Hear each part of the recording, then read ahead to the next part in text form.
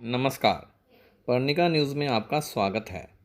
लुधियाना में कुछ ही घंटों की हुई तेज़ बारिश ने सब जगह जल थल कर दिया, जिसके चलते सड़कों पर तो जल भराव हुआ ही, साथ ही दुकानों और घरों में भी पानी घुस जाने से लोगों को काफ़ी परेशानियों का सामना करना पड़ा। कई जगह वाहन सड़कों पर तैरते नजर आए, तो कई जगह पर लोग पानी में गिर जाने से काफ़ी परेशान हुए।